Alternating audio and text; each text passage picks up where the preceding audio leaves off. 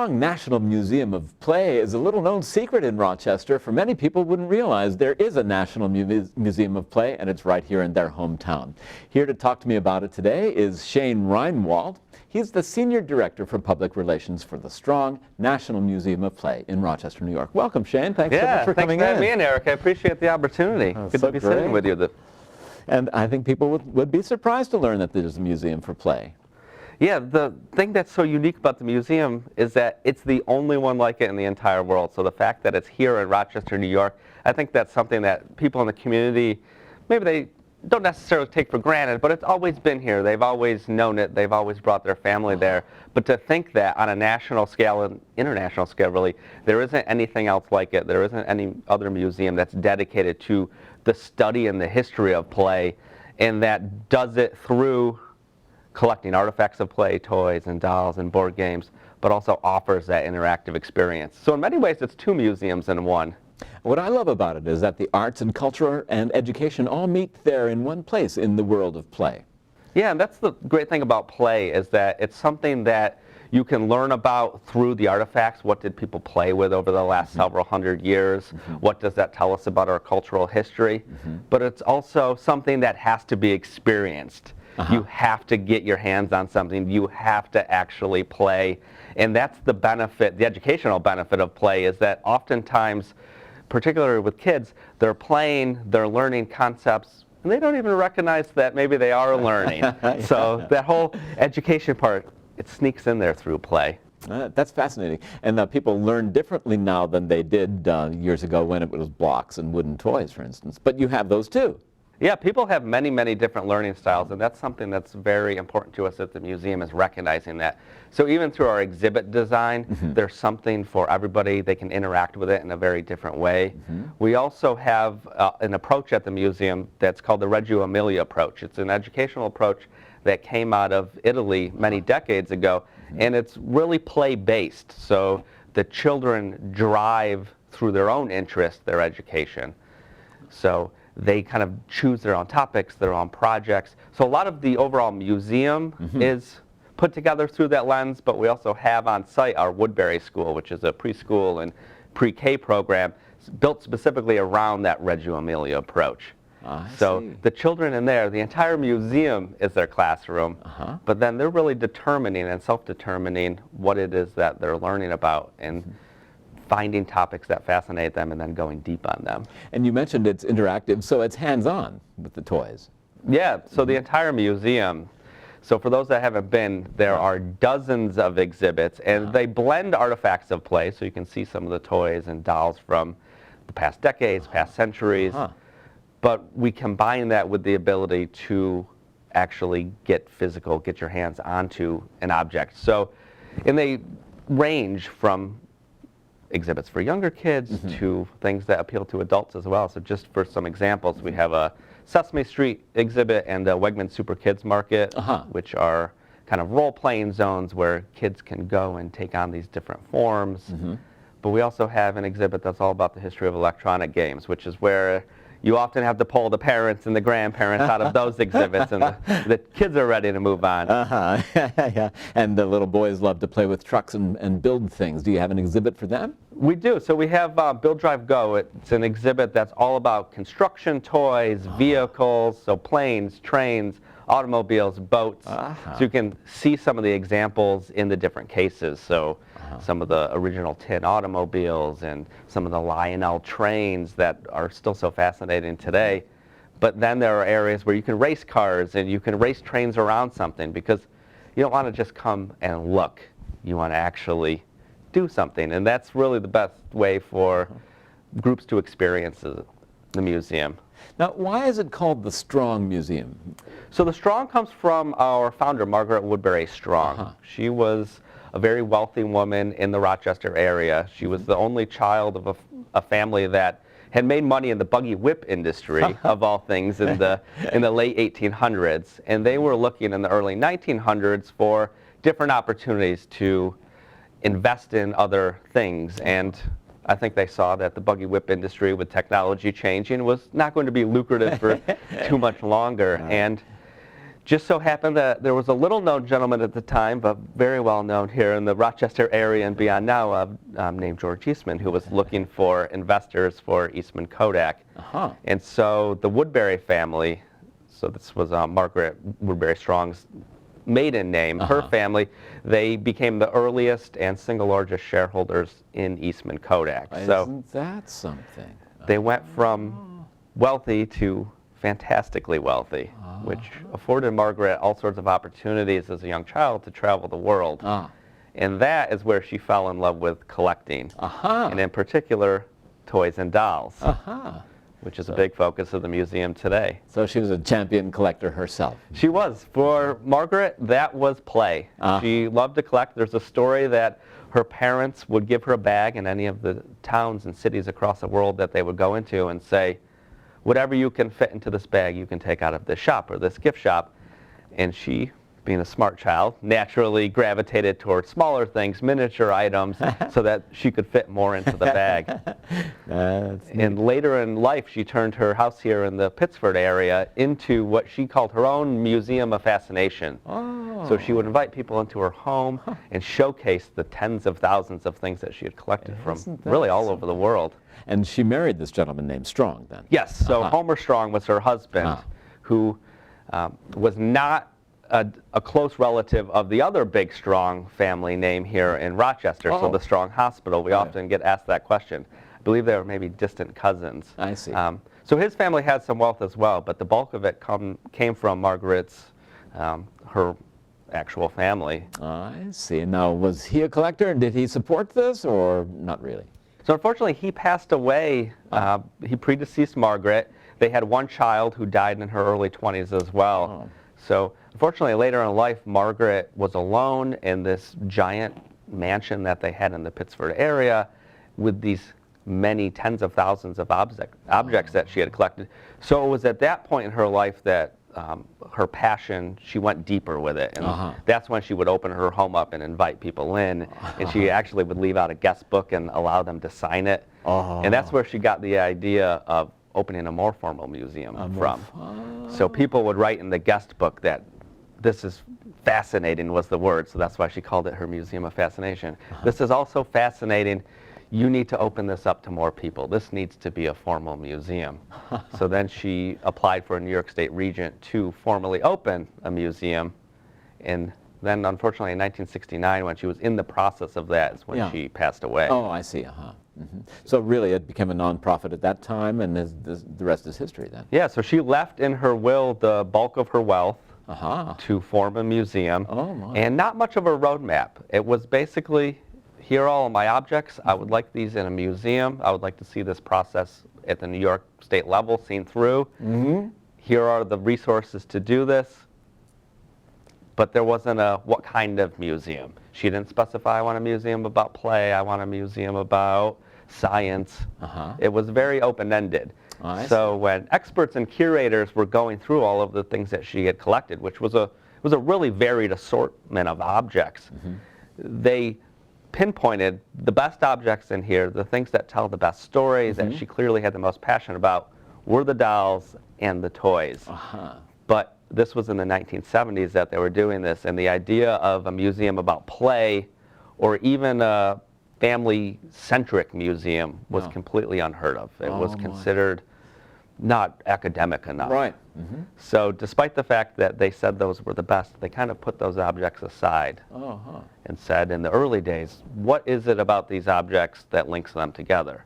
And they settled on, they were all mass-produced, so let's look at mass production and industrialization and its impact on American life. Okay.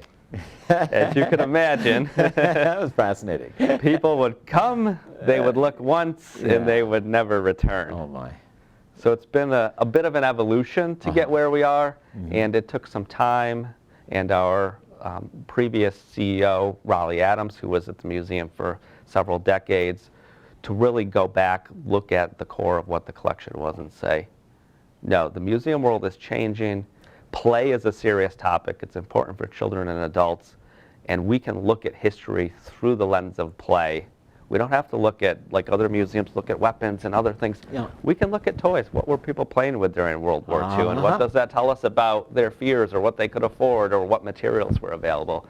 And You can look at design, and you can look at technology, and you can look at manufacturing a lot of different ways. yeah, so thankfully, some very brilliant minds over the years looked at it and I think got us back to the core of who we as a museum always should have been. Right. And I think got back to the core of what Margaret Woodbury Strong, despite not leaving explicit instructions, what she would have wanted. She was a playful woman, and those were the objects that she loved most. And she had seen so much change in her own lifetime that she can imagine a more open model perhaps might have suited the museum better. Yeah. So, you mentioned academics. Do you have academics working in your collections and your archives and that sort of thing? We do, yeah. We have several PhDs and researchers. So we have a collections team made up of curators who really dive deeply into the history of these objects. And they're always the people that I go to whenever I have a question or there's a media request. We also have researchers on our exhibit side, so that when we're building an exhibit, and most of our permanent exhibits, I should mention, are designed, created, done all in-house. We have a fantastic artistic team. But that all starts with research. So we look at what's the story that we want to tell through this exhibit, what are the types of objects that we can tell this story with, and then we build the interactive elements around that. So at the core, we are an American History Museum, and that really bleeds through everything we do. Isn't that fantastic? So are researchers in other locations finding your archives in your library? Yeah, so the museum collection is about 500,000 plus objects. And then in addition to that, we have a library and archive space that has about 200,000 materials. And that's everything from research and books about play to design documents, business records, different prototypes that showcase how some of our favorite playthings actually came to be. And those are the types of materials that can't be accessed many places. There are certain things that can only be accessed here. And so we have researchers come from all over the world to study here in Rochester and at the museum that are looking at these topics of how play has changed over time. That's fantastic. So it's a hands-on audience in Rochester, but a global audience online. Absolutely. That's phenomenal. And even from an attendance standpoint, we have people every year from all 50 states, from 6 continents, with the obvious exception being Antarctica. And more, I think people are finding that this is a unique space here in Rochester, and it's becoming an increasingly large tourism draw for the area. Excellent. And so how many people do visit the museum in a typical year?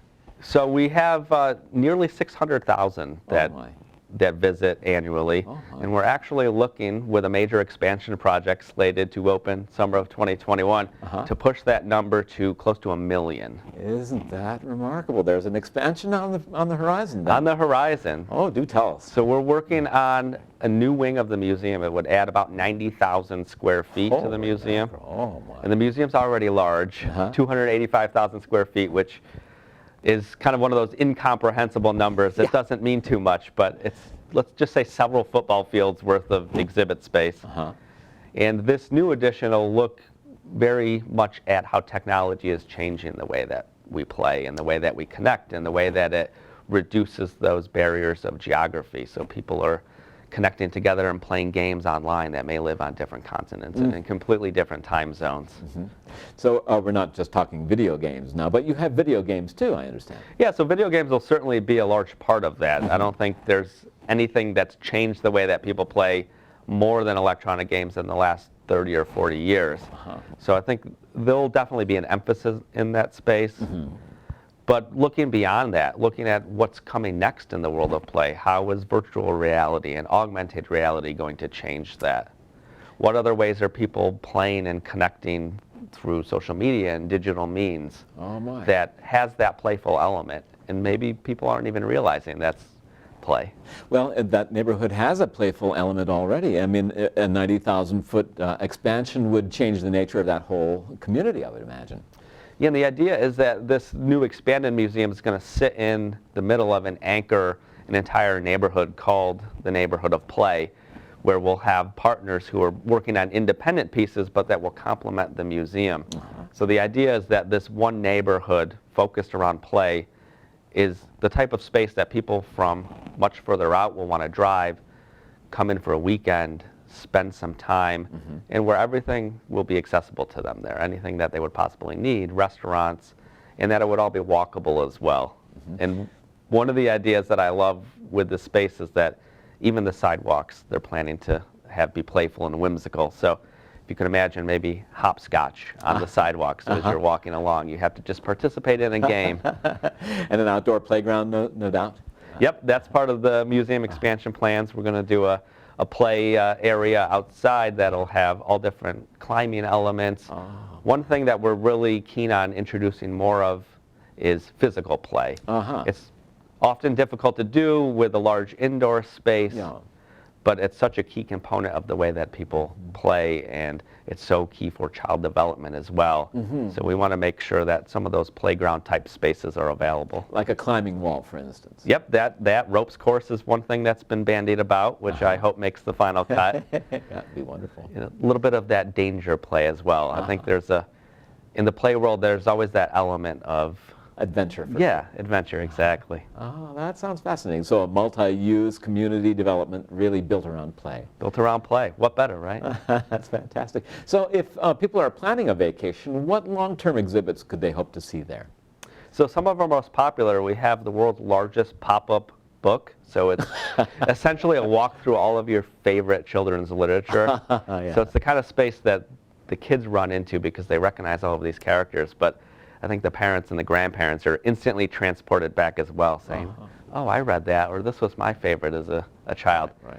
And it talks about the way that literature impacts the way that we play. So often our role-playing, the things that you see kids doing when they're running around together and saying, I'm this person, you're that person, the basis of those characters are in a lot of that classic literature. So that's one of my favorite personal exhibits because it really puts you into a book.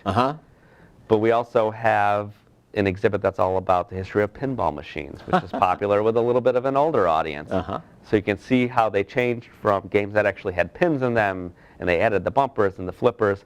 And then beginning with a game in the 1950s, you can actually drop tokens and play your way through. Isn't that? So if you want to get your hands on it and see how it physically changed decade after decade, you can do that as well. What other long-term exhibits do you have? And then one that's a little outside the box that I always love to mention is our Dancing Wings Butterfly Garden. So there's nature there. So a little bit of nature play, as much outdoor play as an indoor museum can have. But there are 600 to 800 free-flying butterflies in there at any given time. Oh my. It's its own little ecosystem. It's kind of this nice oasis away from the general museum as well.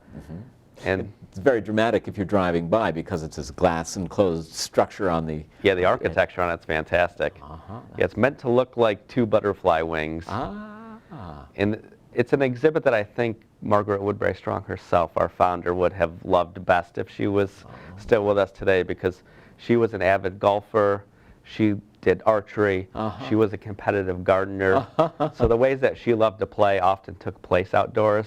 So I'd like to think if she were still with us that she would spend a lot of her time in that exhibit. It's really kind of a magical experience. Well, I often wish that Rochester had an aquarium, and it turns out that you have one. We do. So right after our admissions desk area, so as guests are checking in, there's a 1,200-gallon saltwater aquarium and some pretty unique fish in there. And it's always nice to see the families come in, they're checking in, and the kids instantly, they see that and they gravitate toward it. So it's kind of that, one of those initial pulls as soon as you enter the museum. And that's, is it a coral reef, or describe a little of what they might see there? Yeah, so there are many, many tropical fish. There's some large ones. There's one that's called a unicorn tang that has a nose that sticks out that's probably 4 or 5 inches. Oh my. There's some clownfish that are like from Finding Nemo, the popular Disney movie. So that's the one you often see the kids running and pointing out. And then all along the bottom, there's a really intricate coral reef area. And we have a fantastic team in-house that takes care of that. Oh man, so it's science, it's nature, it's outdoor play, it's hands-on, it's electronics. How about a Hall of Fame? Do you have a Hall of Fame for your favorite toys? We have 2 Hall of Fames, actually. So in the early 2000s, we acquired the National Toy Hall of Fame, which every year inducts the most iconic toys of all time. So toys that everybody would recognize, that have had longevity, that weren't just sort of a flash in the pan. So things like Lego were first year, first class, Right. the Babe Ruths of the toy world. But then just a few years ago, we launched, in recognition of the impact of electronic games, our World Video Game Hall of Fame, which now, very much like the Toy Hall, inducts and honors and talks about the biggest video games of all times. And there we're really looking at things that were influential. So they either changed the industry itself, they changed the design of future games or the way that the industry operated, or influential on popular culture in general. So if you think of something like Pac-Man or Mario Brothers, that were games that weren't just played by gamers. They were played by everyone. They influenced the design of merchandise and products, and they were really a part of pop culture and permeated that. Yeah, and symphony orchestras are playing the music from Isn't that amazing? I know the Rochester Philharmonic has had, the last several years, we've partnered with them to help promote some of those events where they've been playing music from Final Fantasy and Legend of Zelda and some of these other very iconic video game series. There's art in video games. Yeah. So now, if you were trying to follow this as a scholar, is there a scholarly publication or a journal that you produce at the museum? Yeah, so the museum produces the American Journal of Play, which is the first of its kind, peer-reviewed scholarly journal, and it's a multidisciplinary journal. So it looks at, as we've been talking about, how there are so many facets of play and so many things that fall under the umbrella of play. This looks at play through the lens of sociology, psychology, history, so all of these different disciplines. And some of the articles are really fascinating. Everything from articles about the importance of recess and the importance of play, so the types of articles that I think everybody, and parents in particular, are interested in. And then things that are more granular, that talk about the biology of play and whether or not all mammals play in different ways, which I think anybody that owns a dog can attest to the fact that not just humans do play. Right, yeah, that's fascinating. So if you're planning a day at the museum, can you catch a meal while you're there, or do you have to leave the museum to do that? So we added in 2006, during our last major expansion, a food court area, knowing that people were going to come, they were going to have fun, and then they were going to need a break. So, so people can come and they can stay right within the museum and have all of their needs met. We even have an extra set of clothes for kids if they need them. Try to think of all the small details that any family traveling in would need so that they can just have fun and learn and explore and not feel the need to rush out or have to do anything else. Oh, that's phenomenal. So now, are there volunteer opportunities at the museum? We do have a number of volunteers at the museum, and they work across teams. So we have some that work in the collections area. They actually help catalog many of the items. As an active collecting museum, in any given year, there are typically tens of thousands of new objects added to the collection. We've had some that help out in marketing with different promotional pieces. Some that help in exhibits as well. So varied opportunities for volunteers if anyone's interested. And would they contact you for that, for instance? Sure, yeah, that'd be great for that. Well, now, where you mentioned getting new items, are they donated, or do you buy them, or how does that work? So it's really a blend. So oftentimes we'll have people approach us and say, I have a collection of, fairly recently was a collection of 700 rubber duckies, and do you want to take a look at them? Neat. And oftentimes we do. And other times we're going out and actually acquiring something because we've identified that there's a hole in the collection, there's a missing piece, there's a toy that we would really want the prototype for or an earlier version of. And oftentimes those are found online or at auction. So one of the biggest and most important pieces in our collection, which was acquired, was the Charles Darrow handmade Monopoly set. So the very first board that Charles Darrow, who popularized the game and ultimately sold it to Parker Brothers, that he created. Isn't that, and that's in Rochester, New York. That's in Rochester, New York. It's one of our most prized possessions. Right, worth the trip right there. So now, are new games being created, and do you foster that at the museum as well, or? We do. So one of the fun things for our curators is that they're looking at more recent history. And it's history that's ongoing. So they have to almost anticipate what the next big thing is, because whether it's toys or video games, they're being created so rapidly now that you can't possibly collect everything that's coming out. And in the video game world, where everything's being pushed out on digital, there might be 100,000 new things in any given year. Right. So they have to determine what is going to have longevity, what's something that we should be thinking about now that researchers 100 years from now might be interested in. So in the toy world, 100 years from now, Lego probably will still exist, but if it doesn't, people will be interested in what the legacy of Lego was. But if there's something that's only big for a holiday season or doesn't even really get off the ground, is that something that a researcher in 100 years would be looking for? So they have to play a little bit of that guessing game. Yeah. I'd say for the most part, they're very good at that and right. But every once in a while, there's something that nobody anticipates might be the next big thing, and then 10 years later, lo and behold, it's a big pop culture craze. Well, now, if people wish to support the museum, how do they do that? Can they donate money? I mean, they can. Yeah, we rely very heavily on the community and business and corporate partners to help fund and support what we do. I see. Certainly, Margaret Woodbury Strong left a healthy trust to get the museum off the ground, but that only accounts for a fairly small percentage of our annual operating budget. So we're definitely a community organization, nonprofit that relies on the support of our good friends here in the Rochester area and beyond. And for more information on that, if anybody wants to visit museumofplay.org, there are some donate tabs that'll provide information about that and various things that they could donate toward. Okay, museumofplay.org. Yes. They could probably find out how to volunteer there as well. As well, yes. Okay, that's great. So we've mentioned some long-term exhibits, the Sesame Street and the aquarium and the hands-on, the video games and the Hall of Fames. And what else might be coming and going? Do you have short-term exhibits as well? Or? We do. So every year we have what's called our traveling exhibit space. And we'll bring in outside shows from different museums just to really keep it fresh. So there's typically a new permanent exhibit every year or two. But this way, the members and the people that live here in the community in particular that come back often, that there's always something new there. So we'll have 3 shows in that space per year. And a lot of the times they are focusing on sort of big brands in the play space. So we've had a Lego exhibit or a Dora the Explorer exhibit, things that are really popular and big draws. And if you're coming to the area around holiday season, do you have holiday exhibits and that sort of thing as well? Or? So around the holidays, we bring out one of my favorite artifacts. It's called Miller Manor. It's the largest dollhouse in the entire collection. It's 7 feet long. It's probably 3.5, 4 feet tall. Oh my. And it's entirely decked out for the holidays. And there are 100 individual rooms, so there are lights and wreaths and little ornaments. And we'll put it out in our atrium area with some other objects that talk about the holiday season.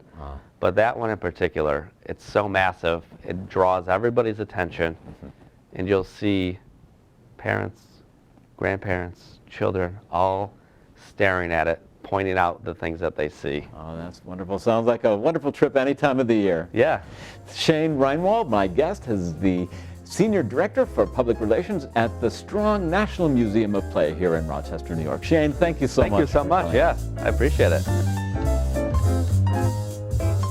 In the Spotlight is a production of Penfield Television with sponsorship from Nolan & Associates, a private wealth advisory practice of Ameriprise Financial Advisor.